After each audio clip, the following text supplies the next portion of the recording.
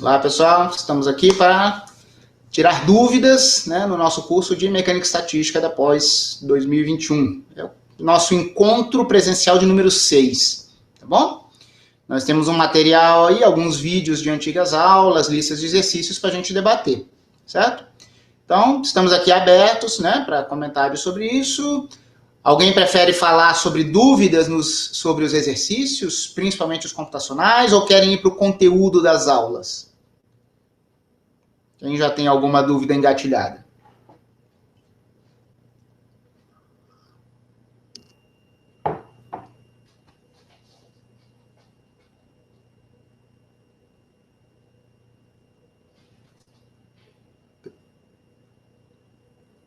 Sempre preciso contar que vocês tenham visto o conteúdo, certo, pessoal? Das aulas, principalmente o vídeo, e tentado estudar, pelo menos passar o olho nas notas de aula também, certo?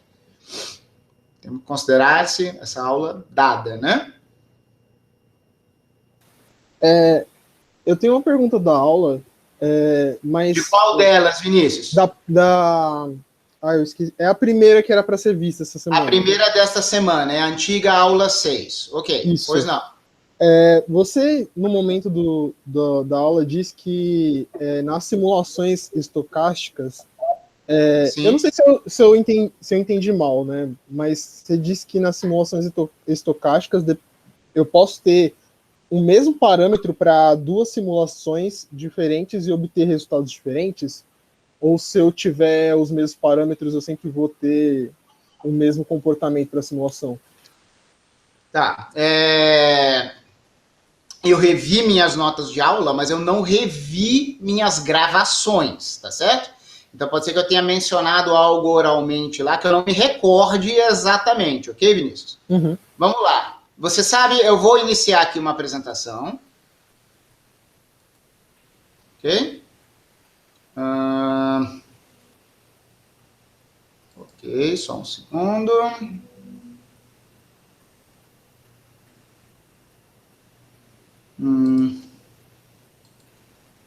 Creio que eu deveria ter apertado outra coisa aqui. Só um segundo, eu errei algo aqui. Você precisa... Não é possível compartilhar tela. Ué, o que eu apertei incorretamente aqui? Vamos ver. Ué, que estranho, pessoal. Eu imagino que vocês ainda estejam me ouvindo, mas a minha tentativa de iniciar uma apresentação não está funcionando. Espera aí. Talvez lá atrás você negou em algum momento e aí fica uma memória, você precisa dar um F5, isso já aconteceu comigo. Apertar o quê, Rodrigo? Se for o que eu tô pensando, apertar F5 só. F5. Pra você reentrar na sala, no caso.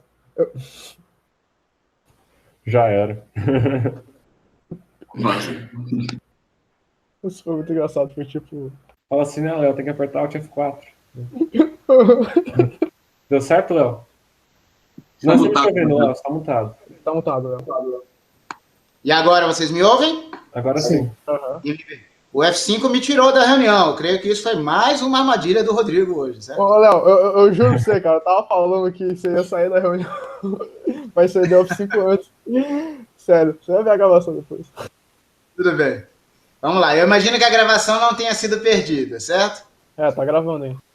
Então vamos lá, continuemos. Deixa eu tentar iniciar a apresentação novamente. Ok, parece que agora vai funcionar. Eu ia selecionar só uma janela específica, mas deixa eu fazer a tela inteira, como eu vinha fazendo sempre na minha vida. Né? Talvez isso que tenha levado a algum problema. Eu imagino que a partir de agora todos estejam vendo minha tela. Agora beleza, Léo. E em particular, agora eu entrei aqui nas notas de aula 6. Confere? Isso. Tudo bem. Vinícius, já vou chegar lá na sua questão. Deixa eu só aproveitar enquanto eu vou passando por aqui. Pessoal, somar variáveis aleatórias independentes, que foi o início dessa aula, é importantíssimo. Importantíssimo em física estatística e em probabilidade aplicada, tá bom? Como eu disse, anunciei aqui nessa aula, a gente chegou até numa demonstração do teorema central do limite. Então, essa aula foi extremamente importante. Tá? Eu vou me dirigir ao ponto... Pois não. Desculpa te cortar. Inclusive que isso me vem uma dúvida também sobre essa parte.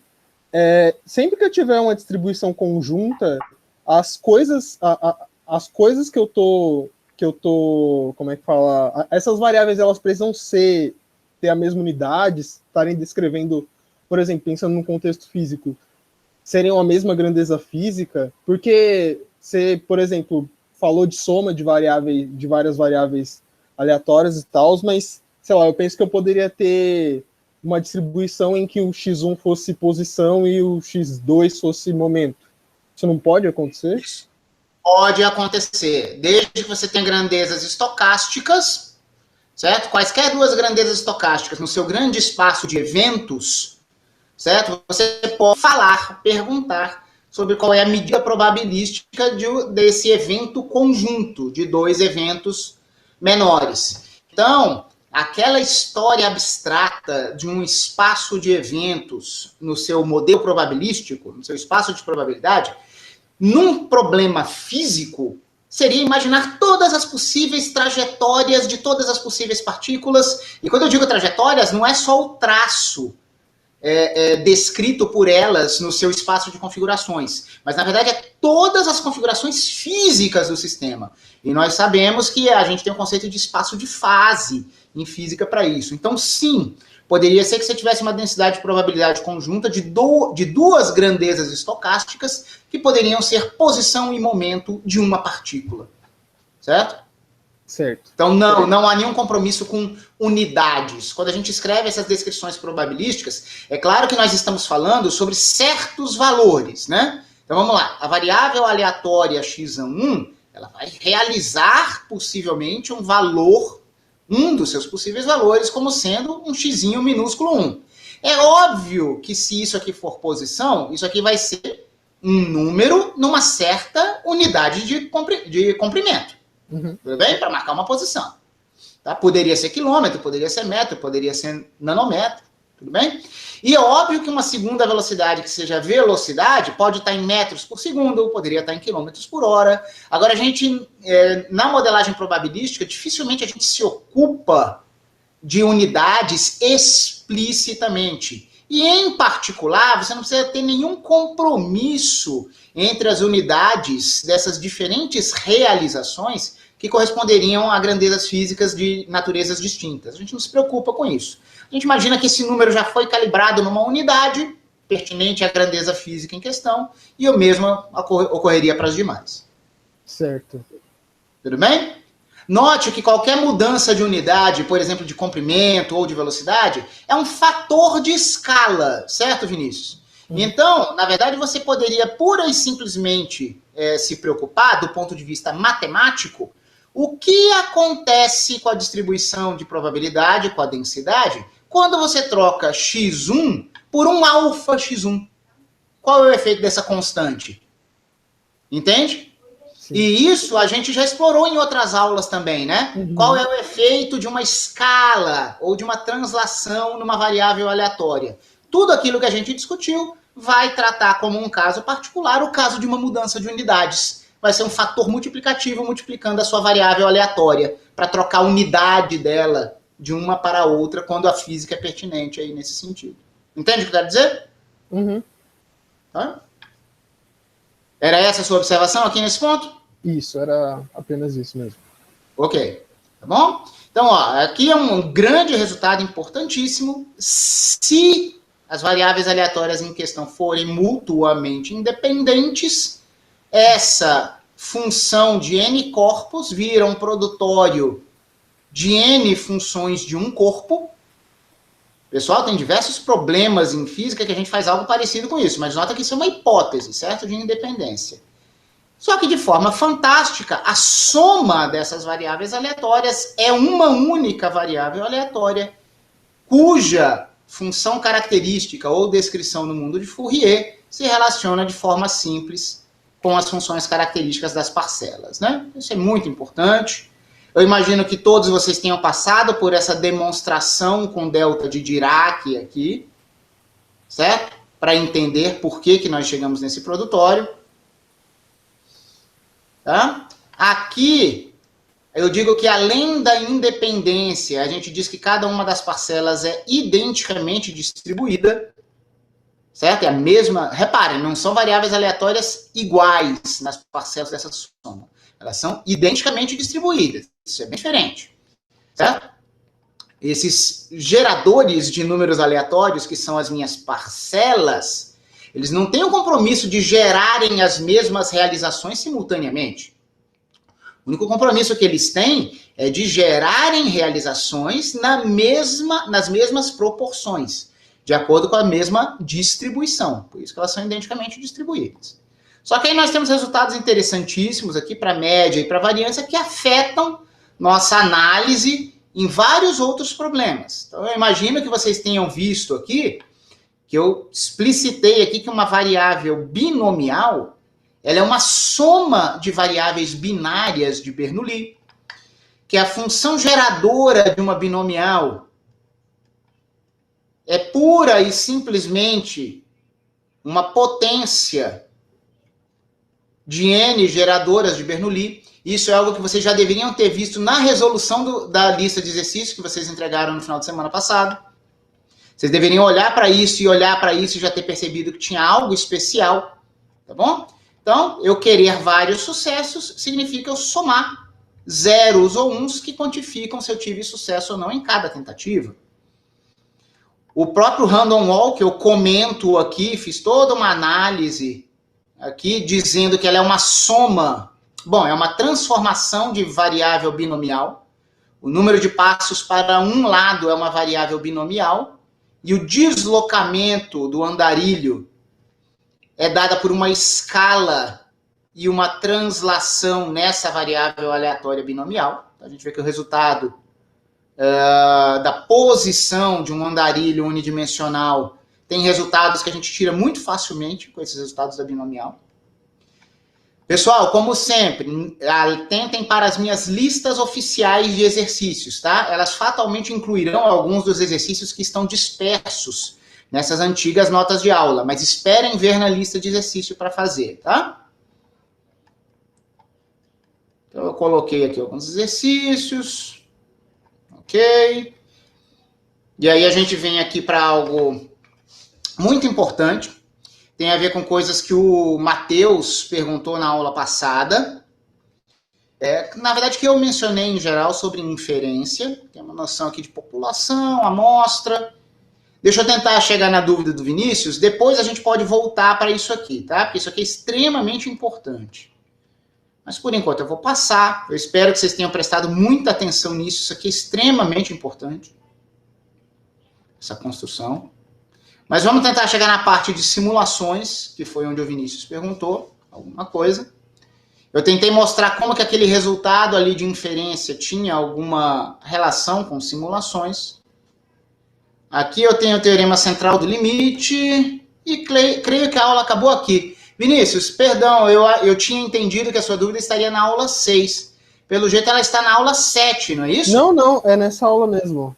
É na parte estocástica. Tá. É que é um comentário. Isso.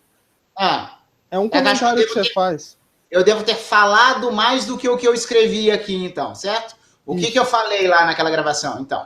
Você fala a respeito das condições iniciais que você dá para você realizar essas simulações estocásticas. Certo. E eu acho que um comentário que você faz é que, dada as mesmas condições iniciais para uma simulação, eu posso ter duas curvas diferentes se eu simular isso diferentemente.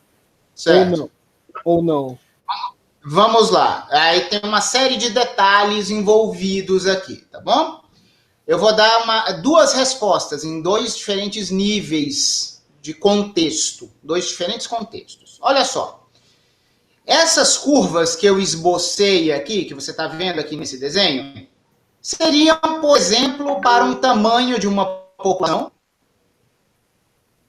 evoluindo no tempo. Então, eu esbocei aqui um N de T, tamanho da população ao longo do tempo. Perceba que todas estariam partindo de uma mesma condição inicial. Acho que eu teria imaginado algo do tipo um indivíduo aqui, que pudesse se reproduzir sozinho, tá bom? Essa condição inicial, uma população gerada, né, a partir de um único fundador, essa condição inicial é uma só. E aí, sei lá qual seria a dinâmica estocástica reprodutiva desse indivíduo, mas podia ser que ele tivesse dado origem a uma trajetória populacional, uma quantidade de descendentes que desse essa curva em azul, ou a essa curva em rosa, ou a essa curva em verde aqui. Tudo bem? Pessoal, notem que meus desenhos estão muito imprecisos, tá? Essas minhas curvas aqui, mesmo que irregulares, elas nunca deveriam admitir duas ordenadas para a mesma abscissa. Então, toda vez que vocês virem um trecho como esse aqui, em que parece que eu volto um pouquinho, é porque é difícil desenhar ruído na mão livre, tá? Eu quero só fazer para cima e para baixo e ir propagando sempre para a direita, mas às vezes minha mão volta, tá? Isso é um erro do esboço à mão livre. Eu nunca poderia ter duas populações para o mesmo instante, tá? Na mesma curva. Bom, então note, em princípio, Vinícius, mesmo partindo de uma única condição, uma única e mesma condição inicial nesses três casos, dependendo dos eventos estocásticos reprodutivos, a trajetória estocástica populacional poderia ser diferente. Eu entendi, então, que o que muda de uma curva para outra é como elas estão evoluindo mesmo. Tipo... Estatisticamente, elas estão evoluindo do mesmo jeito. Certo. Estatisticamente, elas evoluem do mesmo jeito. Porque em cada uma delas, a probabilidade dos eventos que podem acontecer, dado um certo tamanho, é a mesma. Então, por exemplo, principalmente quando você tem esses pontos de cruzamento aqui, por exemplo, quando a rosa e a azul cruzam. Neste momento aqui, as populações são iguais. Tipicamente, nas simulações que nós consideramos, esse estado atual é tudo que a gente precisaria para prever a evolução futura. Só que os dados computacionais, os meus números pseudo-aleatórios que eu gero num computador, poderiam fazer uma população partir desse ponto e crescer, mas se você teve outra sorte nos seus dados, você pode cair. Só que a probabilidade de cair era a mesma para essas duas populações a partir desse ponto. Só que aconteceu de uma subir e a outra cair. Certo? Então é como se fosse o seguinte, imagina que você tem um dado justo ou uma moeda justa. Tá? Digamos que eu tenho uma moeda justa e você tem uma moeda justa também. Nossas duas moedas são justas. Isso está além de qualquer debate. Só que a minha sequência de caras e coroas não vai ser igual à sua. Certo. Mas as moedas são iguais, elas teriam a mesma chance de gerar as mesmas trajetórias. Só que há tanta diversidade de possíveis trajetórias que certamente nós não teremos as mesmas trajetórias. Então é isso que eu estou querendo ilustrar com essas três curvas aqui. E, em geral, é isso que acontece em simulações estocásticas. Você tem uma condição inicial, você vai tentar fazer eventos estocásticos, uma evolução estocástica, digamos assim, que é lançar a sua moeda digital e partiu do mesmo lugar. Tem hora que a tua moeda te dá uma trajetória. A mesma moeda, só que sendo lançada independentemente daquela primeira trajetória, pode te dar uma trajetória completamente diferente depois. Tudo bem? Certo. Essa foi a resposta num primeiro nível. Só que agora vem um comentário num segundo nível de profundidade, um outro contexto. Como que eu trabalho com uma moeda digital? O que eu faço num computador para eu ter uma simulação que, por mais que seja estatisticamente homogênea e uniforme, mas pode ser que uma hora me dê essa trajetória em azul, outra hora me dê essa em rosa, outra hora me dê essa em verde. Nós precisaríamos ter geradores de números aleatórios perfeitos. Nós não temos isso nos nossos computadores. O que nós temos, de uma forma incrível e fantástica, são sequências determinísticas, só que elas parecem ser estocásticas. A gente consegue gerar uma sequência de pontos que tem uma distribuição que passa em testes de estocasticidade, só que ela veio de uma equação determinística muito bem escrita e muito bem determinada. E a gente chama esses algoritmos de geradores de números pseudo-aleatórios. E vai ser isso que a gente vai usar para fazer qualquer simulação estocástica aqui nesse curso. Qualquer que seja a plataforma computacional ou linguagem de programação que vocês usam, vocês vão ter à disposição lá um gerador de números aleatórios segundo uma lei, certo? Segundo uma certa lei, que tipicamente será a distribuição uniforme no intervalo de 0 a 1. E nós vamos ver uma série de resultados e teoreminhas que nos permitem pegar esses números uniformemente distribuídos de 0 a 1 e nós temos transformações para fazer aparecer uma gaussiana, ou uma Poisson, ou uma exponencial, ou uma binomial. Nós conseguimos usar esses geradores de números pseudo-aleatórios para eles se parecerem com outras distribuições. Agora, o que é fantástico é, esses geradores de números pseudo-aleatórios são inicializados pelo que a gente chama de semente. É um número que vai dizer, faça a sua estocasticidade daqui em diante desse jeito. Se eu alimentasse o mesmo gerador de números pseudo-aleatórios com a mesma semente, eu reproduzo a trajetória perfeita. Então, por mais que para mim uma trajetória como essa aqui azul seja um modelo de estocasticidade, se eu falasse para qualquer um de vocês, eu usei esse gerador de números pseudo-aleatórios aqui, esse algoritmo. Tem vários deles, tá? Mas eu usei esse aqui, com esse número específico, determinístico, como semente, vocês seriam capazes de gerar a mesma curva azul. Então, ao mesmo tempo que a gente está emulando estocasticidade, nós temos reprodutibilidade. Tudo bem?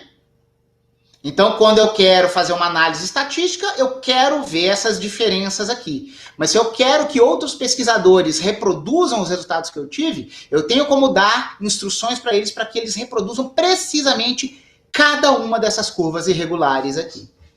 Eu não sei se sem você ter prática nisso a minha explicação fica perfeita, mas isso pode ficar mais claro ao longo de outras aulas. Dúvidas, comentários? Vinícius e demais alunos. Ficou bem claro. Percebe que agora era uma resposta num outro nível, certo? Professor, deixa eu dar uma olhada, deixa eu voltar para cá para ver quem fala. É o Caio. Pois não, Caio? Sim, eu pensei que não estava saindo só. Professor, uma dúvida que me surgiu agora que o senhor falou sobre os geradores de números pseudo-aleatórios, né? Eu tinha dado uma lida sobre eles e uma coisa que eu queria saber é o seguinte: por eles obedecerem uma certa lei, a simulação que você faz estocástica, ela pode pesar mais para um lado do que para o outro, isso acumular erro, por exemplo, na sua simulação? Vamos lá. Esses geradores de números pseudo-aleatórios, tipicamente, eles são equações de recorrência com aritmética modular, tá? E que diabo é isso? Eles são relações determinísticas ali, bem precisas. Com aritmética modular, quer dizer que você, por exemplo, números binários, né? 3, ele é congruente a 1 em binário, porque ele deixa resto 1. Todos os ímpares, se fosse para ficar numa aritmética modular de base 2, todos os números ímpares, na verdade, são 1. São só diferentes representações do 1, que são os ímpares. E todos os pares são a mesma coisa que o 0. A gente tem duas possibilidades. Só que a gente poderia trabalhar com aritméticas modulares com mais símbolos. Sistema hexadecimal, certo? Existe. Nós costumamos trabalhar com sistema decimal, certo? Nós temos 10 algarismos básicos, do 1 ao 9 e o 0. Nós poderíamos inventar outros símbolos e fazer outra regra. Mas o que eu quero dizer é o seguinte: toda aritmética modular tem uma quantidade máxima possível de símbolos. Então, essas recorrências modulares, elas são regras para você gerar inteiros positivos a partir de outros inteiros positivos. Só que quando você chega num número muito grande, além do tamanho da sua modularidade, você faz aquele número cair no seu universo. Então, por exemplo, se você tivesse um alfabeto ternário, todo número você vai ver se ele é 0, 1 ou 2. Se a divisão dele por 3 é perfeita, deixando o resto 0, ou se deixa resto 1 ou deixa resto 2. O fato é, nenhum desses geradores de números pseudo-aleatórios baseados em aritmética modular, nenhum deles vai ser estocástico para sempre, Caio. Você pode ter um número muito grande de possibilidades, um alfabeto muito amplo, você vai pulando nesses valores, só que você pula nesses valores sem repetição. A hora que você chegar em um deles de novo, você repete. Então você vai ter uma periodicidade, que é a antítese do que você chamaria de aleatório. Então, vamos lá. Esses algoritmos podem dar um viés? Podem amostrar mais uma região, por exemplo, do intervalo 0,1 do que outras? Não, porque eles são estudados e avaliados. Tem teoria matemática, teoria de números que matemáticos desenvolvem para achar quais são as recorrências boas para que você povoe uniformemente de pontos o intervalo 0,1, evitando correlações. Tem uma série de testes estatísticos para saber se você está polvilhando esses seus pontos estocásticos de uma forma digna de ser chamada de estocástica ou não. Então a gente só acaba só usando, e as distribuições computacionais só validam, só carregam algoritmos como esses que já estão validados, que já passaram por vários testes estatísticos de uniformidade estatística. Acho que eu fui um pouco pleonástico aqui agora, perdoe-me. Certo? Se você inventar uma recorrência dessa da sua cabeça do nada, provavelmente vai ter algum viés ali, e esse não seria um bom gerador. Mas os que acabam sendo validados e distribuídos com as linguagens de programação, com os pacotes, já estão validados, já sobreviveram a esses testes. Faz sentido o que eu disse? Faz sim, interessante. É um trabalho de diversos pesquisadores por trás dessa ferramenta que a gente vai usar como algo já pronto, certo? Legal.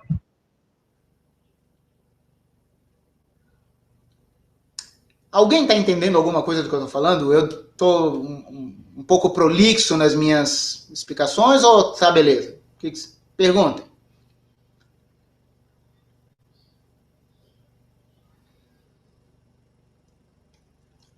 Vinícius, sua dúvida sobre simulações ficou clara? Caio ficou satisfeito? Você ia falar algo mais? Caio, vai lá. Sim, ficou claro sim, professor. Caio, fala, depois Vinícius. Vai, Caio. Desculpa, eu não ouvi. Eu só falei que para mim tá tranquilo. Beleza. Vinícius. Eu só comentar que ficou bem claro. Depois que você... É que, como na aula você fez um comentário rápido e agora você abriu bastante, assim, ficou bem melhor. Certo. Eu acho que eu devo ter falado um pouco mais sobre isso na aula 7, Vinícius. Ou na 8. Tem uma hora lá, em uma das duas, eu falo de transformações de variáveis aleatórias e eu começo a falar como que você vai usar esses números pseudo-aleatórios a partir de uma distribuição uniforme no intervalo 0,1 para chegar em outras distribuições, certo? Imagino que eu fale mais sobre simulações lá. Mas eu preciso ver essas aulas primeiro. Tudo bem. Que mais, pessoal? Ô, Léo, eu tenho uma dúvida na aula 6. É uma pergunta meio padrão, assim, mas enfim, acho que você vai dar uma resposta boa, eu queria saber. Essa questão do estimador, né? Você mostrou aí a média amostral, né? Que seria um estimador para a média dessa tua distribuição. E aí tem a lei dos grandes números, né? A variância desse cara vai a zero com n indo para infinito, né? Sim. Que significa, então, que se eu pegar uma amostra grande o suficiente, né? Eu posso ter certeza que a média da minha amostra vai coincidir com a média da distribuição, certo? Se ela for grande o suficiente. Sim. Aí a minha dúvida isso existe para uma situação prática, né? A gente está pensando sempre numa situação prática em que você realmente quer descobrir algo sobre essa distribuição fazendo a amostragem, né? Aí a minha dúvida a partir desse resultado, como que eu sei o que é grande o suficiente, né? Porque pela expressão seria uma comparação com sigma quadrado, que por hipótese é desconhecido, né? Então, como é que as pessoas fazem para saber como que para? Tá. Ok, vamos lá. Permita-me só antes, Rodrigo, eu vou fazer vários comentários aqui, tá? Ok. Isso aqui, pessoal, é importante demais, tá certo? Eu acho que na aula eu deixei claro, mas permitam-me só tocar no assunto aqui depois. Nós temos duas diferentes variáveis aleatórias. Na verdade, não duas. Nós temos um montão, nós temos N delas, e depois mais uma delas, e todas têm a mesma média. Então, tanto x1 quanto x2, e assim por diante, até xn, todas elas são variáveis aleatórias com média μ. Só que você pode dizer, qual é a melhor forma de eu estimar a altura de um aluno do IFSC? Eu vou fazer 43 observações. Eu vou pegar a 37ª. E vou olhar só a altura do 37º aluno para eu estimar a altura de um aluno do IFSC. Pessoal, primeiro, 37 não tem nada de melhor do que o 36, o 35 ou qualquer outra das nossas amostras. Além disso, está sujeita a muito erro. Amostrar um único aluno dos seus 43 significaria escolher um dos pontos de abscissa debaixo dessa massa probabilística em vermelho. Ou seja, é muito provável que a gente pegue resultados longe da média. Porque se vocês imaginassem aqui um retângulo fininho próximo da média, ele tem pouco de toda a área debaixo da curva vermelha. Tem muita área para cá, tem muita área para cá. Então é muito provável que a gente acabe pegando uma abscissa distante da verdadeira média que nós gostaríamos de estimar, que nós desconhecemos, mas gostaríamos de estimar. O que esse resultado mostra aqui para a gente é que a gente pode construir uma nova variável aleatória, porque ela é uma operação algébrica com variáveis aleatórias que já existem, e essa nova variável aleatória é o que a gente chama de um estimador. Um estimador, tecnicamente falando, é uma variável aleatória e, portanto, não é determinística. Ela pode ter vários resultados. Só que se ela for construída dessa forma, ela vai ter como valor médio, a mesma média de cada uma das nossas observações amostrais.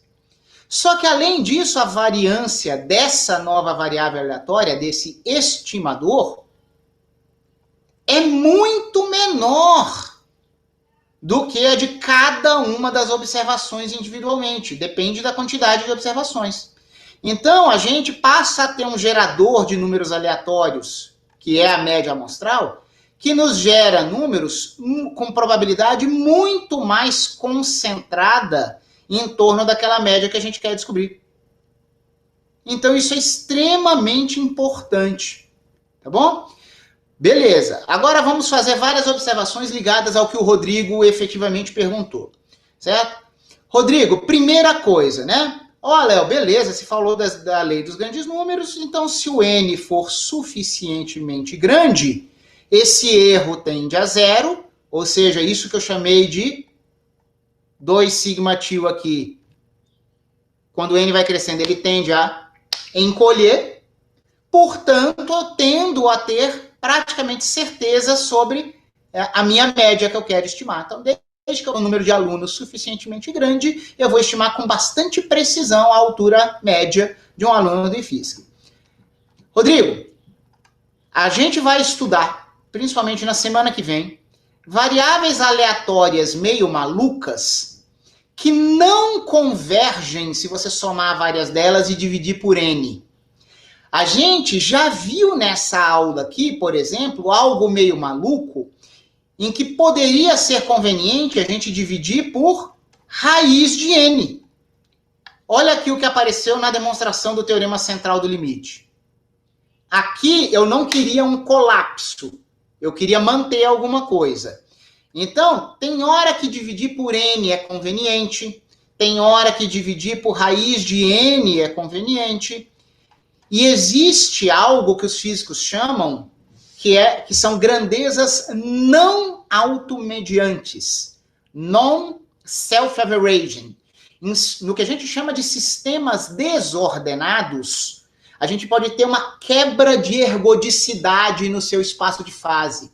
Uma hipótese básica da física estatística de equilíbrio é que a gente pode trocar médias temporais do nosso sistema. O nosso sistema é um ponto descrevendo uma trajetória unidimensional num espaço de fase de dimensão altíssima, 6N, onde N é o número de partículas, por exemplo.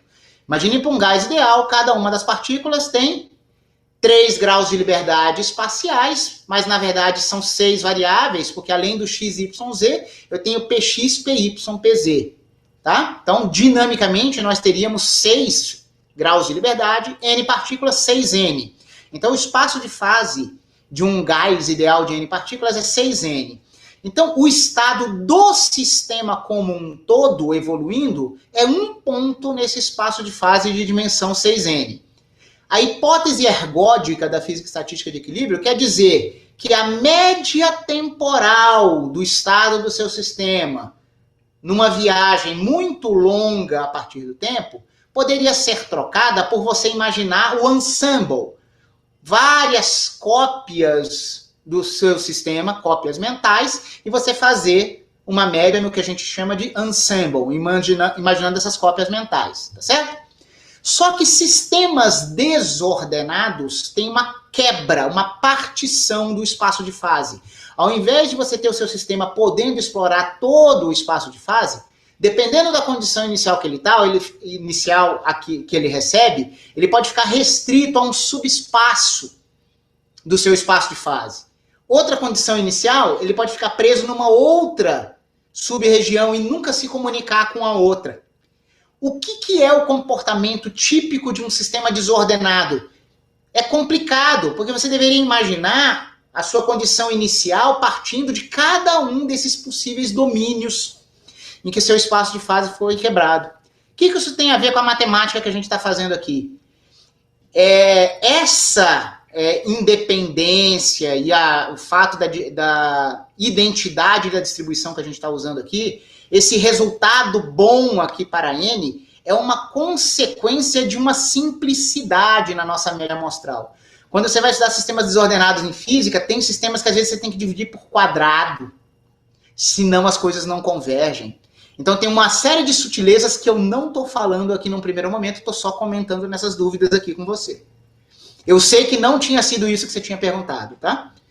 Mas eu vou colocar uma referência para vocês, para comentar o contraste entre essas grandezas automediantes, self-averaging quantities, e as não automediantes, que vão exigir divisão não pura e simplesmente por N, porque as coisas não vão ser tão bonitinhas quanto estão aqui. Mas vamos lá, a sua pergunta foi para este caso simples. Você perguntou, Léo, como eu posso saber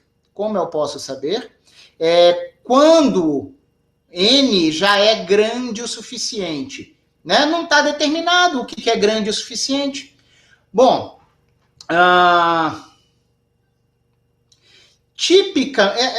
é difícil você ter resultados precisos aqui, tá, Rodrigo? Note, a gente está imaginando aqui, notem que eu esbocei qualitativamente como se fosse uma gaussiana a distribuição de probabilidade de cada uma das parcelas que vai constituir a nossa média amostral, certo? Note, a ideia toda desse processo não é só a gente ter essa média e essa variância. O que complementa esse argumento aqui foi o final aqui da aula, em que a gente disse que mais do que somar e você ter uma média e uma variância com certo comportamento, a gente tem uma convergência para uma distribuição gaussiana ou normal dessa grandeza aqui. Num sentido prático, mesmo que as suas parcelas não fossem gaussianas, podia ser que você tivesse retângulos, distribuições retangulares sendo somadas. Isso não vem de teorema nenhum. 30 é muito próximo do infinito, porque você já está muito próximo de uma gaussiana. Uma outra forma que você poderia imaginar seria usar a sua amostra sequencialmente. Tipo, você tem 100 observações na sua amostra. Verifica primeiro só os primeiros 50. Você já vai ter ali uma estimativa da média. E vê se à medida que você for incorporando o resto da sua amostra, né, a observação 51, a observação 52 até a 100, se a média que você já tinha, né, a estimativa que você já tinha para a média, se ela vai mudando muito. É meio que iterativo, é difícil você dar um critério preciso aqui, tá? Não sei se a resposta é meio evasiva, mas... Não, eu gostei, mas eu queria perguntar mais. Eu... Assim, eu queria, na verdade, é isso que você falou de fazer sequencial, faz todo sentido para mim, né? Me parece que numa situação prática isso sirva muito bem, né? Mas eu tenho uma curiosidade acadêmica, porque eu queria saber se eu estava achando que você ia dar um caminho, por exemplo, fazendo um estimador para a variância ou algo assim. Isso, falando assim vagamente, te lembra alguma coisa? Será que tem algum protocolo que passe por aí? Existe, então, e esse que é um negócio fantástico e que você pegou bem. Eu não sei se todo mundo aqui já pegou. Pessoal, a gente nunca vai conhecer a média verdadeira, de uma variável que você está mostrando. O que a gente vai ter vão ser estimativas, que vão ser realizações específicas dessa variável aleatória, que é um estimador. Tudo bem? Agora, se esse objeto é uma variável aleatória que tem uma média, ele tem uma variância. Beleza, tá aqui. Pessoal, isso aqui é a confiabilidade que a gente vai ter, a incerteza que a gente vai ter, em torno do μ. Agora, e se o próprio sigma ao quadrado for desconhecido? Gente, essa é a vida real. Se eu não conheço nem mesmo a média verdadeira da minha população, por que eu conheceria a variância verdadeira da minha população? Que é uma grandeza mais difícil ainda. A gente não conhece. Então, do mesmo jeito que essa média amostral x barra, ele é um estimador de μ, que seria a média verdadeira populacional. Ele é um estimador de μ. Eu consigo saber qual é a média desse estimador e qual é a variância desse estimador, que é essa. Só que eu precisaria de um estimador para o próprio sigma ao quadrado. Eu acho que isso eu não pus nas minhas aulas, e esse vai ser um tema que eu vou completar com notas de aula inéditas para vocês, Rodrigo. E isso tem a ver com a pergunta do Matheus na aula passada, porque eu disse que a expressão da variância amostral não é pura e simplesmente você calcular a média do quadrado e disso tirar o quadrado da média. Tem uma correção, porque o estimador da variância é um pouco diferente. Eu vou falar disso numa próxima aula. Mas eu acho que nem todo mundo está entendendo o que eu estou falando aqui. Preciso que vocês falem mais do que eu agora. Antes de mais nada, Rodrigo, tudo bem o que eu falei? Tudo bem. Talvez não tenha deixado claro bem a minha dúvida, assim. Então repita. A minha dúvida era mais, dado isso que você falou, a partir daí, se tipo, usando a informação que eu tiro da minha própria amostra, né, usando o estimador para a variância, se daí eu não poderia ter um parâmetro para saber se o tamanho da minha amostra é bom o suficiente para saber μ, entendeu? Tipo, porque é sigma quadrado sobre n, né? Isso é próximo de zero o suficiente se n for grande o suficiente comparado com sigma quadrado. Aí a grande questão é, como você falou, sigma quadrado é desconhecido. Então, se eu recorresse à minha própria amostra para estimar sigma ao quadrado, a minha dúvida é, será que não acontece alguma mágica aí de alguma coisa que cresce mais rápido que a outra e aí eu consigo, tipo, estimando a variância, eu consigo saber qual que é concretamente assim, a confiabilidade da média, entendeu? Faz todo sentido o que você está dizendo, porque, repara, qualitativamente, poderia parecer que a única coisa importante seria o seu N ser grande demais. Só que é como se você estivesse dizendo, não, tudo bem, eu sei que eu confio que quanto maior for o meu N, mais precisão eu terei, mais essa curva verde vai ficar assim. Só que se eu tiver partido de um sigma ao quadrado muito grande, pode ser que isso aqui ainda esteja muito largo para o meu gosto. É mais ou menos isso que você está dizendo, certo? Exato. Então, será que não tem como eu estimar, por mais que isso seja um parâmetro populacional e, portanto, desconhecido. Mas será que não tem como eu estimar isso a partir da própria amostra? De modo que quando eu pegar essa estimativa desse cara e dividir por um dado N, já me dê algo que vai corresponder a uma distribuição estreita o suficiente para ficar satisfeito? É verdade. Sempre vai ter um critério seu. Você vai querer dizer, você pode dizer, eu vou parar quando a largura dessa minha curva verde, ou seja, a incerteza na minha estimativa, for pequena o suficiente. Isso depende não apenas de N, mas depende da variância intrínseca à população. Vou estimar essa variância intrínseca à população, e quando essa estimativa dividida por N for menor do que uma largura que eu pré-especifiquei, eu me darei por satisfeito, pelo menos em relação ao critério que eu mesmo estabeleci, e eu vou parar. Sim, faz todo o sentido que você falou se tivesse sido isso, e sim, existe um estimador para esse cara aqui, para você poder realmente calcular essa grandeza como um todo e poder decidir se você já pode parar ou não para os seus critérios. Eu só não vou apresentar esse estimador aqui, porque eu acho que ele não está em nenhuma nota de aula. Eu vou preparar algo separado sobre isso para vocês, beleza?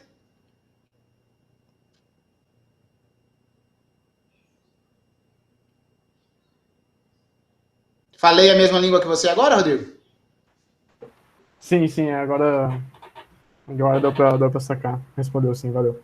Só que eu tenho certeza que vários de vocês estão confusos com essa história. Como é que é? Tem mi, tem sigma ao quadrado, variância média do estimador, tem um estimador para uma coisa, tem estimador para outra coisa. Eu preciso que vocês me perguntem, para eu ter certeza do que vocês estão entendendo ou não. Mini recapitulação, perdoem minha repetição. Só faz sentido a gente falar sobre isso que a gente está vendo aqui nessa página, se vocês entenderem o que eu falei aqui antes, ó. Que foi quando eu falei aqui de elementos básicos sobre estatística. O que é uma amostra aleatória e o que é um processo de inferência. Existe uma população que eu nunca vou estudar completamente na prática. Só que essa população, a gente pode imaginar que tem alguma grandeza dessa população, por exemplo, a altura dos alunos do IFSC, que é caracterizada por uma distribuição que pode ter parâmetros. Então, digamos aqui, a distribuição das alturas dos alunos do IFSC é muito bem descrita por uma distribuição gaussiana, normal. E vamos tratar isso como além de qualquer dúvida. Tá bom, só que restam duas perguntas. Uma distribuição gaussiana é caracterizada por dois parâmetros. Uma média μ, que posiciona o pico da gaussiana, e uma variância sigma ao quadrado, que quantifica para a gente o quanto que a massa probabilística está concentrada em torno da média ou não. Esses parâmetros populacionais nunca serão conhecidos. A quantidade de alunos do IFSC não é infinita, eu poderia medir todo mundo. Sim, cara, mas a gente está tentando elaborar aqui um procedimento em que essa população como um todo seja inacessível. É muito caro, eu não quero ir atrás de todos os alunos do IFSC, de todos os cursos, diurno e noturno. Certo? A gente quer pensar em como que a gente trabalha com uma quantidade de informação finita, com uma amostra. A pergunta é, o que nós podemos responder sobre μ, a média, e sobre sigma ao quadrado, a variância da população, quando o que nós temos à mão é apenas uma amostra. Quero informação sobre esses parâmetros populacionais a partir de um tratamento da amostra. Então, uma amostra é sempre um conjunto pequeno de observações dos elementos da população. Formalmente, nós temos um conceito de uma amostra aleatória, que é um conjunto de variáveis aleatórias que representam escolhas aleatórias que a gente pudesse fazer na nossa população. A gente modela isso como sendo um conjunto de N variáveis aleatórias. Todas elas são independentes e identicamente distribuídas. Tá bom? Um estimador é uma variável aleatória formada com essas variáveis aleatórias amostrais? Uma estimativa é um número, é cada realização que pode ser gerada por esse estimador. Agora, olha aqui, eu queria chamar a atenção para isso. Estimativa, cada realização de um estimador. Estimador de quem, pessoal? Estimador do quê? Qualquer parâmetro populacional tem um estimador diferente. Eu tenho as minhas variáveis, as minhas observações, que constituem a minha amostra aleatória, e eu vou formar uma certa função dessas variáveis aleatórias para construir uma nova variável aleatória, que é o estimador, de um parâmetro. Por exemplo, a média populacional. Se eu tiver um outro parâmetro, que é a variância populacional, eu vou precisar formar uma outra função das minhas observações. Vai ser uma outra forma de combinar os números que eu vou colher na minha amostra para gerar uma estimativa desse outro parâmetro populacional. Tudo bem?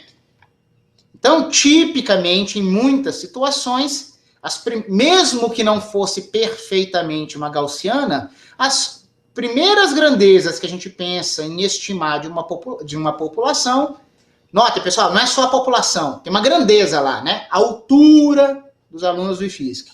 Então, existe uma altura média e existe uma variância das alturas. Esse objeto desconhecido, populacional, eu quero criar um estimador para ele. Um estimador para ele é uma variável aleatória. Uma variável aleatória tem uma média e uma variância. Então, eu preciso criar um estimador para esse. É um cara que eu quero que, como média, dê ele. E tenha uma variância tão pequena quanto possível. Para o outro parâmetro populacional, eu preciso criar uma outra função da amostra aleatória, que tenha como média ele, para eu não ser enviesado, e que tenha uma variância que, desejavelmente, torne-se tão menor quanto maior seja o tamanho da minha amostra aleatória. Mas nessa próxima página, eu não discuto o estimador de sigma ao quadrado. Tudo que eu faço lá é para estimar esse número determinístico desconhecido, que é a média populacional. Então, como que eu vou trabalhar com isso?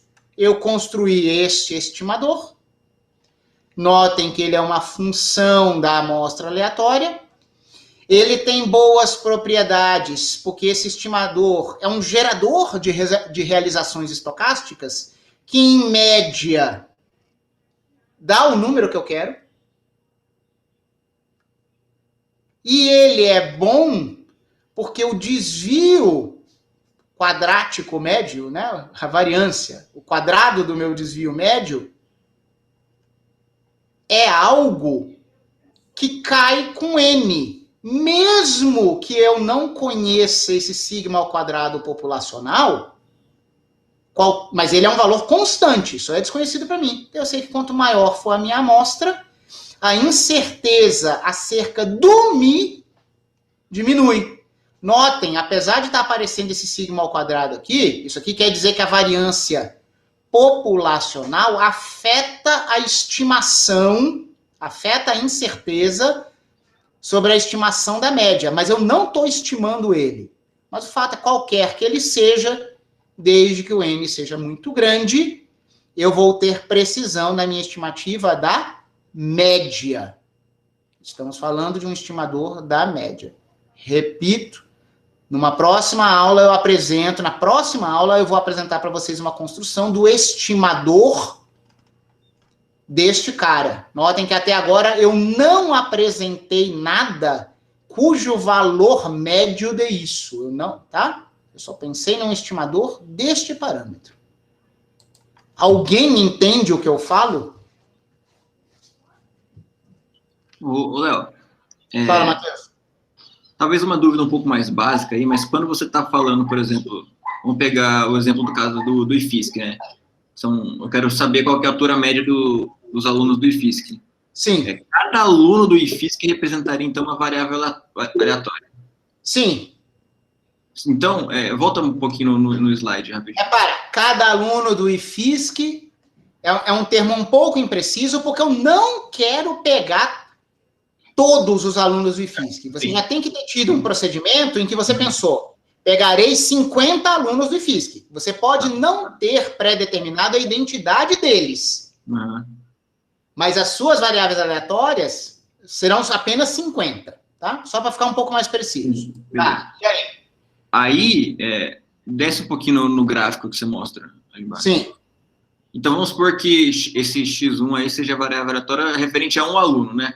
Que será o primeiro aluno que eu vou pegar. Ok. O que significa essa curva gaussiana, então? Aqui a altura dele, tipo, eu não entendi o significado disso, para um aluno específico, entendeu? Então, não é um aluno específico. Será o aluno que será o primeiro que eu vou pegar. Eu posso parar na frente do laboratório de ensino, na porta do laboratório de ensino, e dizer, eu vou ficar aqui e vou pegar 50 pessoas, segundo uma regra. Sei lá, pego uma, pulo 4, pego a próxima, pulo 4. E assim por diante, até eu ter coletado 50 pessoas. Certo. Tudo bem?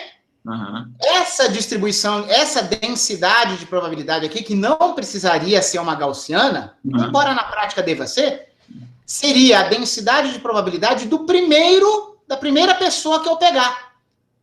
Só que pode ser, imagine, isso aqui é uma densidade de probabilidade, não é? Então, imagine um certo xzinho aqui embaixo, que seria uma altura muito baixa de uma pessoa. Imagine um retângulozinho, que não vai ser um retângulo perfeito, porque em cima não é plano, certo? Mas imagine uma faixinha de largura infinitesimal.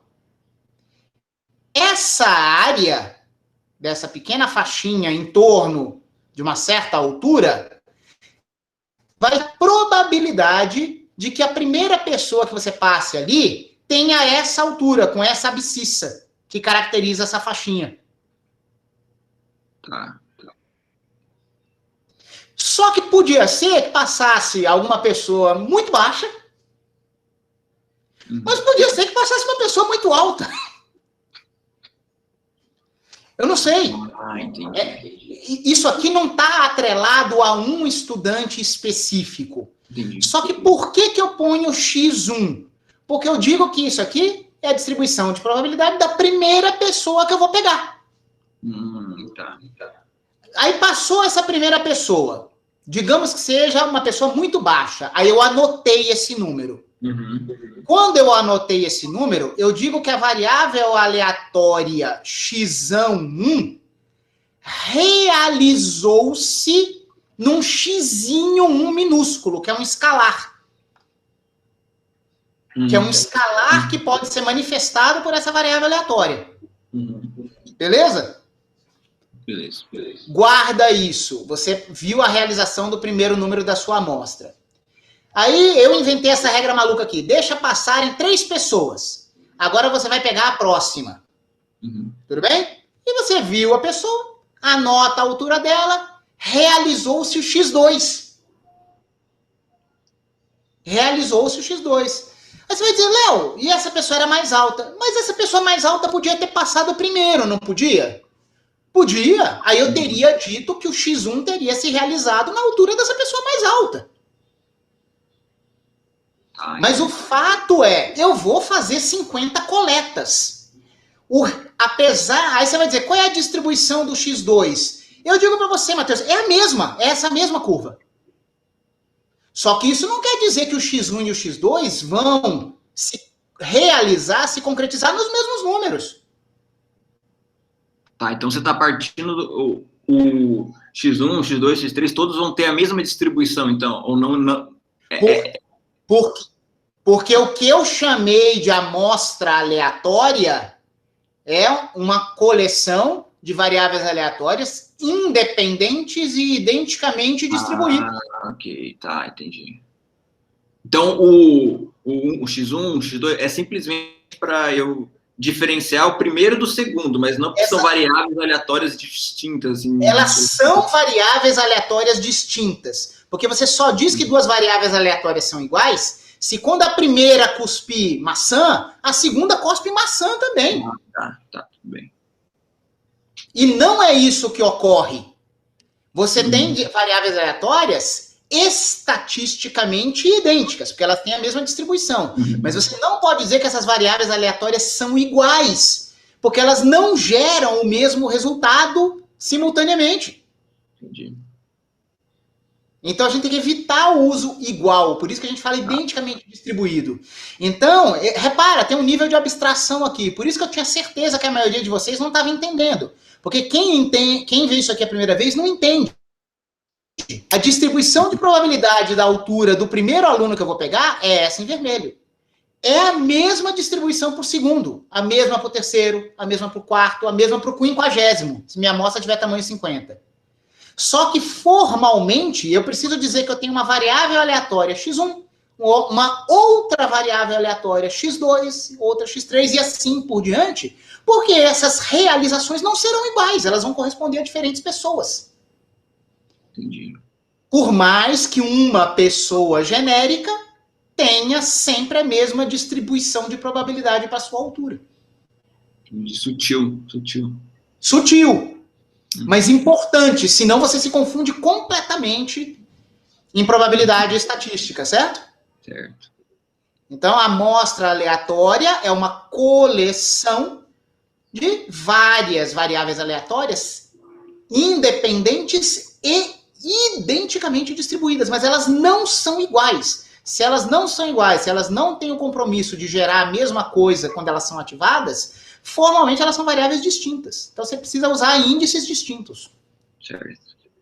Aí uma outra dúvida, Léo, vamos supor que eu vou fazer essa estimativa, eu vou calcular a variância desse estimador aí, por exemplo. E aí ela não dá uma coisa tipo 1 sobre n. Aí eu posso dizer que as minhas variáveis aleatórias elas não são independentes e igualmente distribuídas ou não?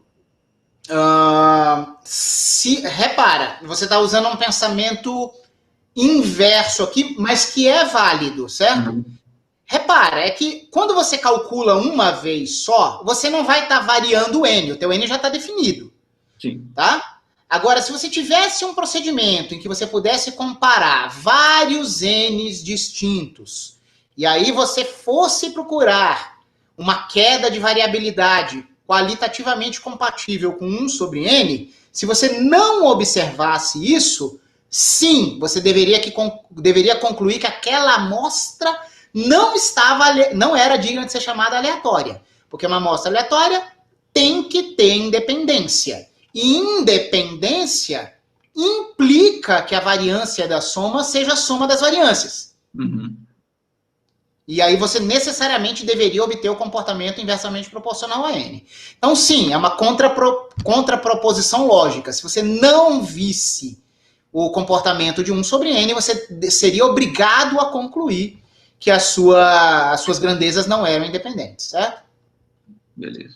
Na verdade, não é muito isso que você faz na prática. Na verdade, você tem que fazer um design experimental para você ter certeza que você tem independência, ou pelo menos bons motivos para acreditar na independência.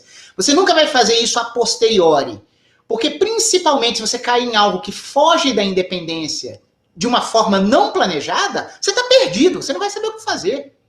Entendi. Você tem que tomar. É por isso que a questão da amostragem e do planejamento experimental é tão importante. Isso é uma arte estatística da qual nós físicos sabemos quase nada. Verdade. Mas como que você faz o design, por exemplo, de um estudo estatístico para saber se um medicamento funciona para combater uma doença ou não? Tem que ter grupo controle. Tem que ter, né, o grupo de estudo. Você tem que controlar covariáveis. Tá certo?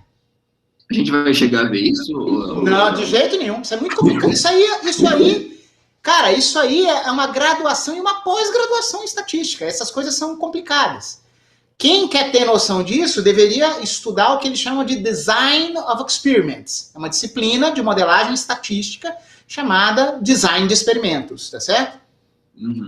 Por exemplo, às vezes você quer fazer várias medidas e você tem vários parâmetros. E você deveria ter que imaginar todas as possíveis combinações de parâmetros para tentar ver se você observa um comportamento característico do seu sistema. Ah, o primeiro parâmetro, vou fazer um caso baixo, médio, alto. O segundo parâmetro também é no contínuo, mas eu não consigo fazer tudo isso. Deixa eu pensar. Baixo, médio, alto. Sim, mas você tem 10 parâmetros. Isso dá 3 elevado a 10. Você não vai varrer todas essas coisas nem numa simulação. Que dirá num experimento. E aí? Como que você extrai conhecimento disso? Isso é uma arte, isso é linha de pesquisa, certo? Entendi. E por isso que pesquisa biomédica, por exemplo, fármacos e coisas do tipo, é uma das coisas mais distantes de ciência do que a gente pode imaginar. Porque em física a gente tem controle, temperatura do sistema, se está isolado ou não, qual a frequência do laser que eu joguei lá, sistemas vivos, biológicos, interação de fármacos, cofatores. Você não tem, é muito mais incerto, tá? É até difícil você falar que o método científico precisa de muitos aprimoramentos ali. Não é à toa que às vezes a gente tem pesquisa que diz que o alimento A faz mal e não deve ser consumido nunca e o alimento B é muito bom. Aí passa 20 anos, a conclusão é trocada, certo? Exato. Loucura isso. Sim, só que mais loucura e falta de educação científica ainda é você dizer, tá vendo como essa ciência não presta pra nada? Não, cara, ninguém em sã consciência teria dito que qualquer conclusão tirada desses experimentos realmente era muito confiável. Agora, nós temos que educar o público disso, certo? Ciência funciona sim, mas tem problemas mais tratáveis e outros menos tratáveis. Até nos mais tratáveis, é um conhecimento tão bom quanto o que a gente viu até agora. Novos experimentos podem invalidar nossas conclusões. Nos problemas menos tratáveis, é menos confiável ainda, certo? Certo. As incertezas são brutais. Pessoal, alguém entendeu? Matheus, está satisfeito? Demais alunos, alguém entendeu melhor essa história de estimador, estimativa? A gente está falando aqui de, primeiro, escolha um parâmetro populacional sobre o qual você deseje adquirir informação. Pensa num parâmetro. Para esse parâmetro, você vai elaborar ou conceber um estimador, que é uma variável aleatória. Você espera que essa variável aleatória não tenha viés, ou seja, que em média ela te dê o valor que você quer, só que para quantificar a incerteza, você também precisa calcular a variância desse seu estimador, porque ele é uma variável aleatória, ele tem variância. E você deveria fazer essa construção para cada parâmetro que você deseja conhecer, segundo certos critérios. Falem vocês mais do que eu. Só ia falar que valeu pela explicação.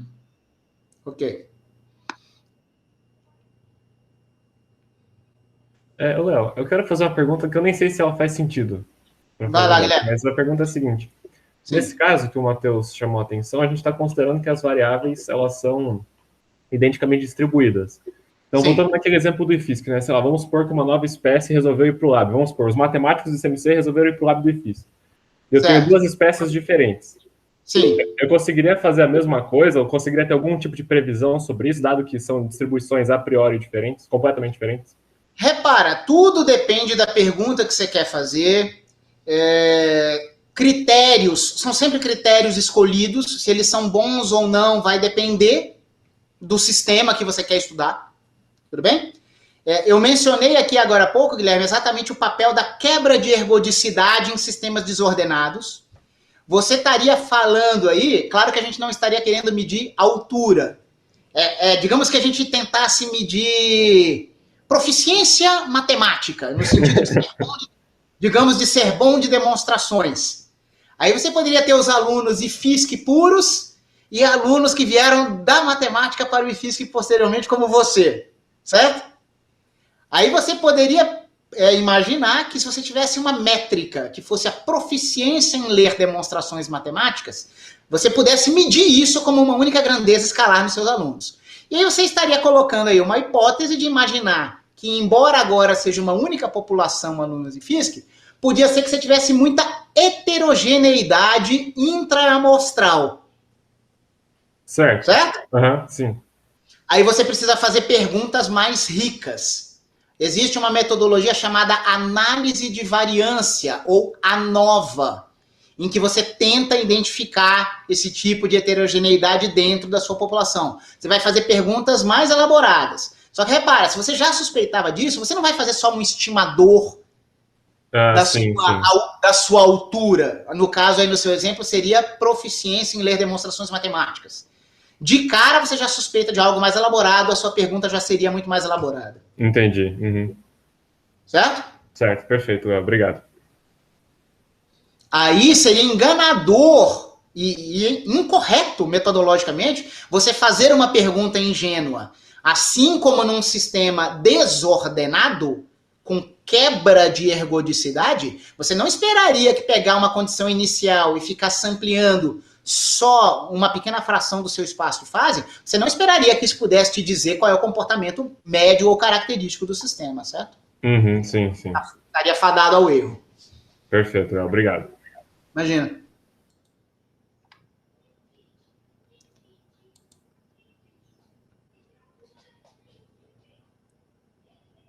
Que mais, pessoal?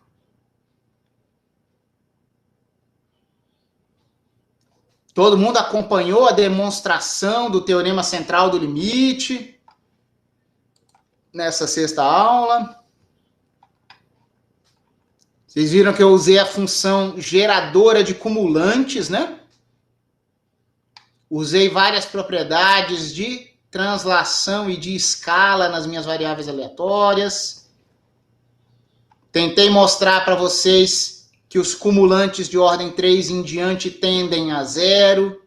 Isso é uma assinatura de gaussiana, isso tinha sido comentado numa aula anterior. Sempre eu vou imaginar que o que nós passamos está bem compreendido, certo, pessoal?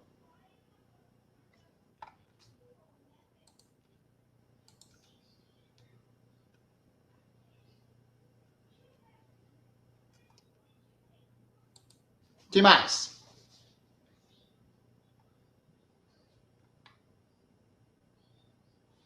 Ó, pessoal, leiam bem as aulas 7 e 8, porque ali eu começo a falar de simulações estocásticas, e a próxima lista de exercícios eu vou pedir para vocês fazerem mais exercícios computacionais já com simulações, tá bom? Professor, eu tenho uma dúvida, mas é a respeito, novamente, da entrega por exemplo, eu, inclusive, no meio dessa discussão, eu consegui terminar o exercício, e a pergunta é a seguinte: eu tenho algumas funções no meu código, você quer que eu escreva um texto explicando o que cada função faz, sem precisar explicar mais ou menos o algoritmo em si, para não ficar uma coisa meio confusa? Eu diria o seguinte: não precisa colocar tantos comentários e explicações assim, não. Porque eu diria o seguinte: esse não é um programa que ninguém vai achar pronto em algum outro lugar. Certo? E, ao mesmo tempo, não é tão complicado assim. Então, eu tenho como bater o olho e entender bem, e, ao mesmo tempo, eu tenho confiança que ninguém vai sair copiando de outros lugares. Entende? Certo. Eu acho que é compreensível. Você me mostrar que o resultado da sua enumeração está coincidindo com o analítico, para mim é um exercício autovalidado. Vocês já vão saber se vocês acertaram ou não, certo? Porque se você errar o código, se o código for sem sentido, não vai bater com o analítico, não. Sim, às vezes, né? Às vezes tem como um código errado bater com o analítico para alguns casos, né? Não, então, para vários N's, nesse caso não bate, mas nem ferrando. Ah, sim. Ficar com N igual a 2, não, certo? Quando eu peço para vocês me darem um print, é pelo menos um N moderado, 5. Que seja um 5, entende? Certo. Só que aí já vai dar uma quantidade de configurações alta, entende? Uhum. Que nunca um código com a lógica equivocada nunca coincidiria para várias configurações de N igual a 5, N igual a 6. Não dá, não tem como. Tá? Certo. Então, não precisa se preocupar em comentar demais, pelo menos não num nível de códigos tão simples. Tá? Pessoal, podemos voltar aí para os exercícios. Sobre aula, é isso? Imagino que a maioria de vocês tenha visto só a aula 6 e não a 7 e a 8, é isso? Estão satisfeitos com a aula por enquanto?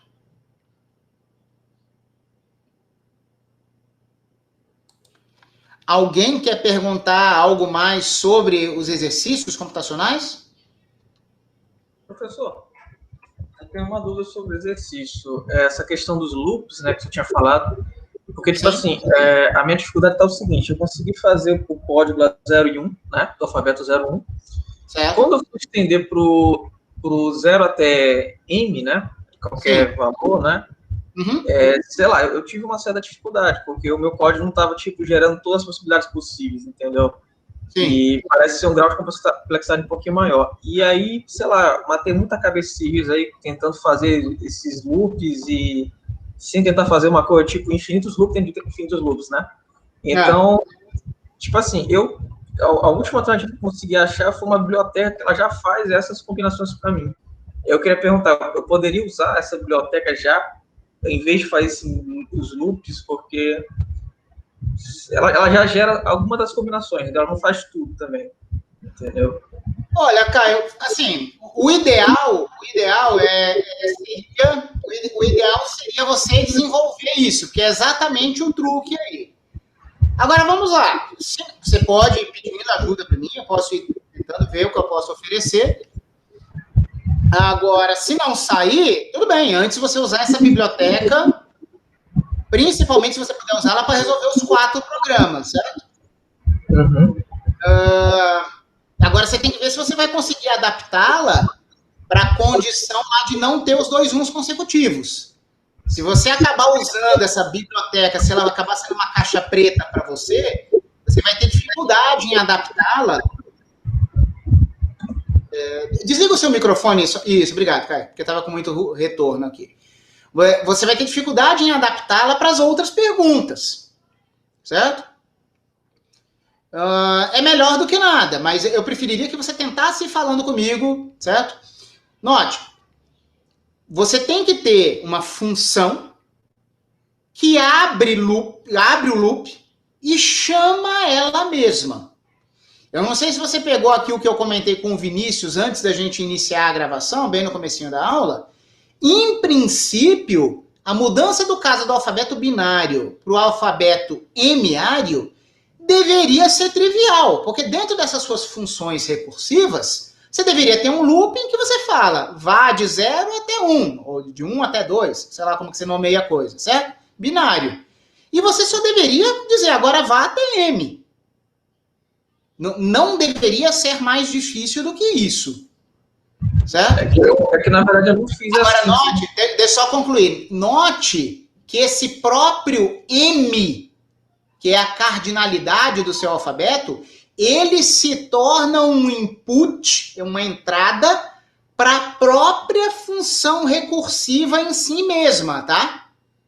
Vocês poderiam ter sido capazes de criar essa função recursiva no alfabeto binário com uma certa quantidade de entradas na função. Agora, quando você passa para um alfabeto de tamanho geral, esse próprio tamanho passa a ser uma nova entrada da sua função, porque você vai ter que invocar essa função e dentro dela, ela tem que saber qual é a extensão dos loops que aparecem nela mesma, entende? Então, só isso. Fazer o binário pode ser enganador num primeiro sentido, porque você já teria feito os loops lá de 0 a 1, de 0 a 1, de 0 a 1. A partir do momento que o tamanho do alfabeto se torna uma variável, a função precisa dessa entrada, desse input, para que ela possa chamar a si mesma, sempre entrando esse mesmo alfabeto, para que todos os loops que ela vá aninhando dentro de si mesma, todos tenham o mesmo tamanho. Talvez a dificuldade que você tenha sentido tenha sido essa. Se você conseguiu fazer para o binário e teve dificuldade para o M, você está alimentando esse próprio M de Maria a cada vez que você chama a função? Vai lá, fale você. Na verdade, é que eu não pensei assim, eu pensei em um outro algoritmo, entendeu? Eu não fiz realmente essa função dentro dela própria, chamada ela mesma. Eu acho muito difícil você resolver esse problema sem usar a recursão de uma função em si mesma. Porque a quantidade de loops, repara, não é a extensão do loop. Você faz um loop até um certo tamanho. Não, a quantidade de loops alinhadas uma com a outra é uma variável. Então, se você tivesse feito um loop dentro de outro loop, você faz o caso binário. Só que se você quisesse fazer o caso ternário sem usar recursão, você teria que ter escrito outro código com um terceiro loop por fora. E aí, para o caso n, isso, é o n que determina isso, certo? Aí, no caso n igual a 4, você teria que ter outro loop por fora ainda. Você teria que mudar o código toda vez. A única forma de você não ter que mudar o código toda vez é com recursão de função, senão não sai. Repara, quando eu digo mudar o código, não é mudar o escalar que alimenta o código, não. É mudar as linhas do código, certo?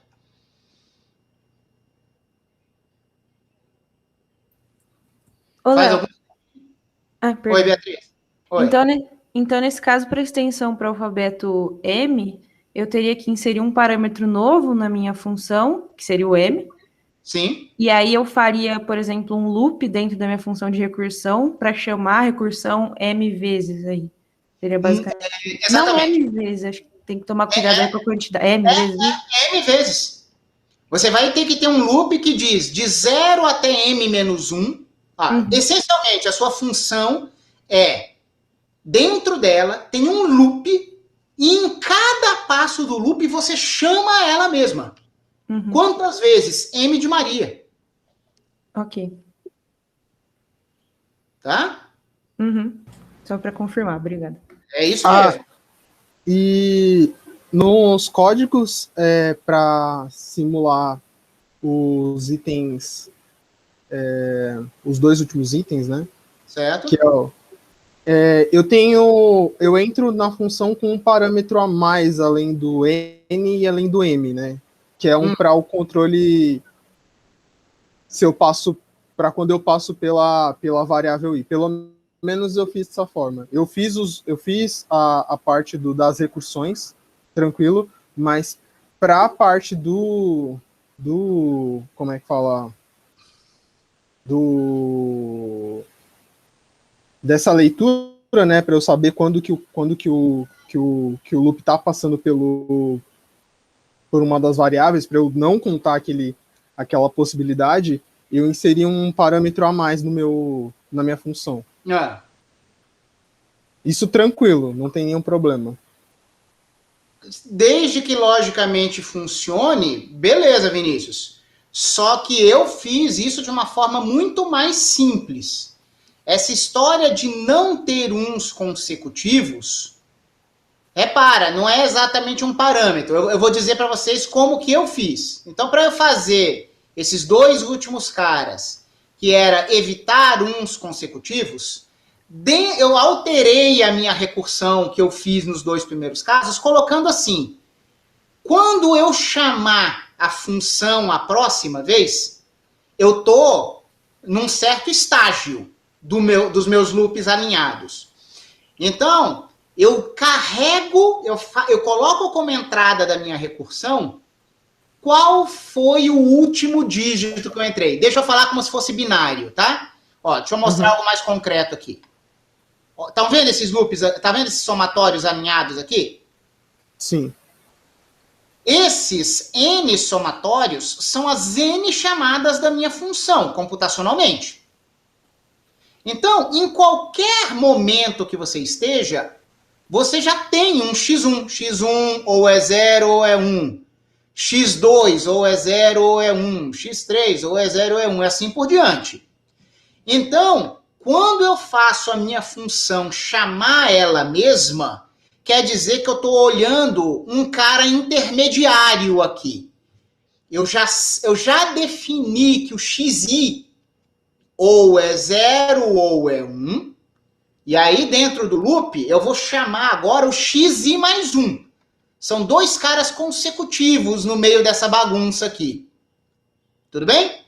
Aí o que eu faço? Quando eu vou entrar no loop do x i mais 1, eu insiro como entrada na minha função o xi anterior. Aí o que eu coloco dentro do meu código? Eu coloco lá um if. Se o anterior já foi mais 1, e agora no xi mais 1 eu estou em 1 também, pare tudo. Não preciso continuar a chamar, porque eu já tive 2 1s consecutivos. Eu não somo. Então, repara, você falou que você passou um parâmetro. Eu não sei que parâmetro que você passou. Eu estou dizendo aqui o que eu passaria. Então, eu já coloco esse critério. A única coisa, quando eu vou avaliar, quando eu estou num estágio desses loops aninhados, que corresponde à variável x, índice i mais 1, a única coisa que eu preciso alimentar ali é o xi, o imediatamente anterior. Se for 0, beleza, eu sei que eu não vou ter 1s consecutivos. Aí eu chamo todos os casos, o loop corre todo.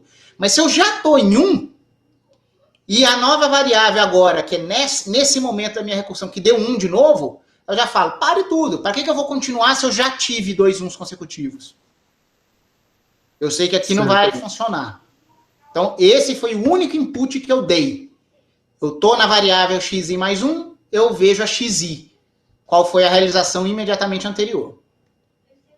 Se você tiver feito qualquer coisa diferente, eu não sei qual foi o parâmetro aí que você passou, mas que tenha esse efeito, funciona. Eu estou dizendo isso aqui que como eu fiz, porque eu acredito que é o mais simples possível. Eu acho que eu fiz que nem você disse mesmo.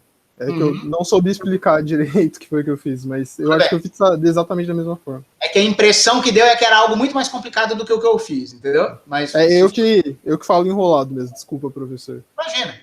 É uma arte a gente tentar desenvolver a linguagem precisa ao longo da nossa formação, certo, Vinícius? Com certeza, com certeza.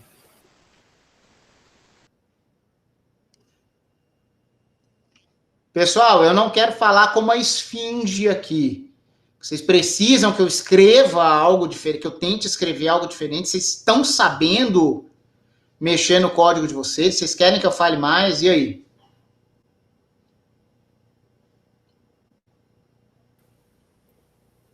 Oi, professor. Oi, Thales. Eu tava na mesma coisa do Vinícius, assim, eu tava com uma dúvida nas duas últimas, de conseguir fazer a exclusão dos uns consecutivos, mas agora acho que a sua fala deu uma clareada. Vamos lá. Qual que é a minha ideia, Thales? O primeiro parto é fazer o primeiro programa. É entender essa recursão. É uma função que abre um loop e em cada passo do loop chama a própria função. Depois que você pôs isso para funcionar, para passar do primeiro código para o segundo, não deveria ser difícil. Você só vai fazer os seus loops internos correrem de 0 a m-1, ao invés de correrem apenas de 0 a 1. A mudança é mínima no código. Você tem uma mudança qualitativamente um pouco diferente, que é para fazer a primeira restrição de 1s consecutivos. Não é terrível a mudança no código, não. Mas você tem que colocar lá algum critério para dizer quando você contabiliza ou não. E como você disse, foi o que eu tentei falar aqui para o Vinícius, né? Espero ter sido claro, parece que ele achou e você está dizendo também, é isso. Tudo que você precisa fazer em cada chamada da função é carregar o símbolo anterior. E coloque um if lá. Se é uma nova entrada na própria função chamada recursivamente, que é o símbolo anterior com que ela foi chamada. Se um símbolo anterior que ela foi chamada foi 1, e agora aqui, neste momento, é 1 de novo, não chame de novo a função. Uma coisa que me ajudou... Não chame, não some. Uma coisa que me ajudou a fazer, principalmente esses dois últimos itens, foi esquematizar o problema com... Eu não sei se eu posso dizer isso, mas com grafo, né? Tipo, começando com um ponto, né? E indo para 2 pontos, aí os 2 pontos indo para 4 pontos e eliminando as árvores que apareciam onde eu não tenho que somar. Isso ajudou a esquematizar o código. Porque o resultado que tem que dar é a soma das linhas de cada um desses. Efetivamente, no primeiro programa, você sempre somava 1 em qualquer possibilidade. Você tem que inserir um if, que é o que diz isso, quando você soma ou não. Você tem que descrever nessa sua condicional quando você soma ou não. Você não soma se o símbolo anterior for 1 e o atual for 1 também. Em todos os outros casos, mantém como está. Então é só uma linha de código também que você tem que fazer diferente. O parto maior é fazer o primeiro código. As mudanças são mínimas para os outros 3 casos. Claro que requer atenção, mas não é extensiva a mudança no código. É uma linha, um comando que você põe a mais. Tem que fazer do jeito certo, Desculpem se fui prolixo de novo, mas... Beleza, Vinícius e Thales? Vocês dois estão relatando essa dificuldade, parece que isso ajudou? Parece que deu uma... É uma entrada a mais na sua função, na chamada da sua função, para você saber o símbolo anterior. Ô, professor, aproveitando o gancho ainda na parte computacional... Sim. Quando eu fui começar o código, eu tive muita dificuldade, eu até pedi ajuda para uns colegas, Uhum. mas eu queria ver se como o senhor vai continuar, né, na espera da gente também, uma parte mais computacional, tem alguma bibliografia que o senhor recomenda para aprender por conta, assim, digamos assim? Cara, Thales, eu não conheço nenhum texto que ensine os pequenos truques de programação. Repare, tem livros de estrutura de dados. Beleza, esses livros vão dizer quais são estruturas de dados para desempenhar certas tarefas. Agora, tem um monte de pequenos truques do dia a dia, de como lidar com somas. Primeiro você tem que zerar, para depois ir iterando. Se fosse um produtório, você tem que inicializar o cara como sendo 1. Se você tiver loops alinhados, como que você quebra todos os loops? Com que comando? Como que você quebra só o loop mais interno e vai para o próximo passo? É só através de exemplos. Então, na verdade, eu gostei desse problema computacional que eu inventei para vocês, desses 4 problemas, porque eu acho que eles são ilustrativos desses truques também, mas eu não sei dizer para você um texto. Eu posso ir dando um feedback aqui para vocês, dando pequenas dicas, para eu não resolver o problema completamente para vocês e para vocês tentarem ir construindo, mas talvez alguém conheça referências de computação melhor do que eu, mas eu não conheço algo que faça esse feijão com arroz básico que não seja nominalmente uma estrutura de dados famosa, entende? Eu aprendi essas coisas na prática. Não, entendi isso. Obrigado. Não conheço a referência. Estou à disposição para ajudar, mas não sei te dar uma referência, não. Não, tranquilo. Obrigado. Uns colegas me elucidaram bastante coisa já. Eu aprendi muita computação vendo colegas melhores do que eu programando durante meu doutorado. Até o meu doutorado eu era muito ruim de computação. Hoje eu sou só horroroso, não muito ruim. Né?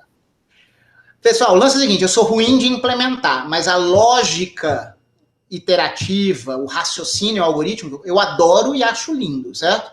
Implementação é outra coisa. Mas pequenos truques assim, cara, é uma coisa que é passada muito por mentoria, por gente mais experiente mesmo. É difícil ter livro bom sobre isso, viu, Thales? Eu, pelo menos, não conheço.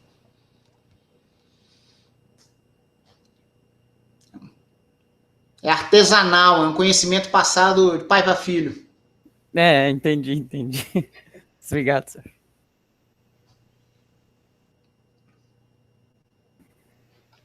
Não, só uma dúvida meio prática sobre como a gente vai entregar os programas. Acho que... Pois não, Beatriz. É interessante a gente printar as sequências que a gente gera ou só a quantidade de sequências possíveis é o suficiente? Não me interessa ver nenhuma sequência explícita. O controle de qualidade se o algoritmo funcionou ou não são os resultados analíticos que tem que bater com as suas enumerações explícitas, entendeu? Ok. Então, tá? Eu mencionei no começo da aula, antes da gravação, basta você printar ou o seu código ou o trecho que você acha mais pertinente do seu código, porque pode ter uma parte ali de entrada, né, que é irrelevante, não ilustra seu raciocínio. Então, ou printa o código, ou printa a função recursiva sendo chamada e qual é a natureza dela, e algumas saídas para mim, mas as saídas eu só quero que você me dê ali o M, o número de configurações e o resultado analítico, entendeu? Ok. Aí faz alguns N's ali para mostrar para mim que seu programa está funcionando em vários casos, beleza. Beleza, obrigada. Tá bom? Pessoal, notem que vocês todos já devem ter tido algum nível de contato com física e estatística. Vocês lembram que a função partição equivale a você varrer exaustivamente todas as configurações possíveis. Isso não é prático computacionalmente, porque você tem uma maldição de dimensionalidade. Você não consegue. Mas notem que esses programas dessa primeira lista, né, com computacional, são enumerações explícitas. É só isso. A gente vai até, eu pretendo usar isso com vocês, para a gente pegar modelos de Ising com pouquíssimos magnetos e calcularmos a função de partição explicitamente depois. Então vai ser importante a gente passar por toda e qualquer possível configuração de um sistema de N variáveis binárias. É que quando a gente estiver calculando explicitamente essas funções de partição, ao invés de a gente estar somando 1, nós vamos estar somando exponencial de menos beta energia da configuração. A gente vai inventar um hamiltoniano, uma energia, que vai depender da sua configuração de spins, que vão estar em estados binários. A gente está colocando aqui 0 e 1, mas poderíamos pensar no mais 1 menos 1 de um dipolo magnético clássico.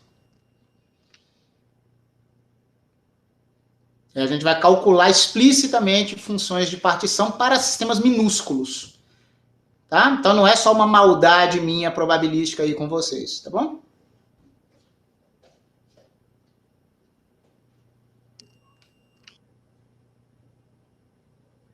Faz sentido? Querem perguntar alguma coisa a mais?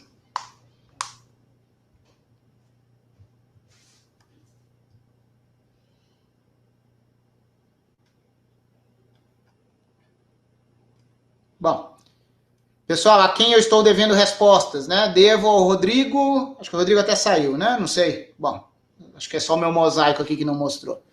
Devo respostas ao Rodrigo, ao Guilherme, ao Vinícius, providenciaria as respostas. O Igor também me perguntou uma coisa no e-mail recente, não consegui nem ver seu e-mail, Igor, desculpa.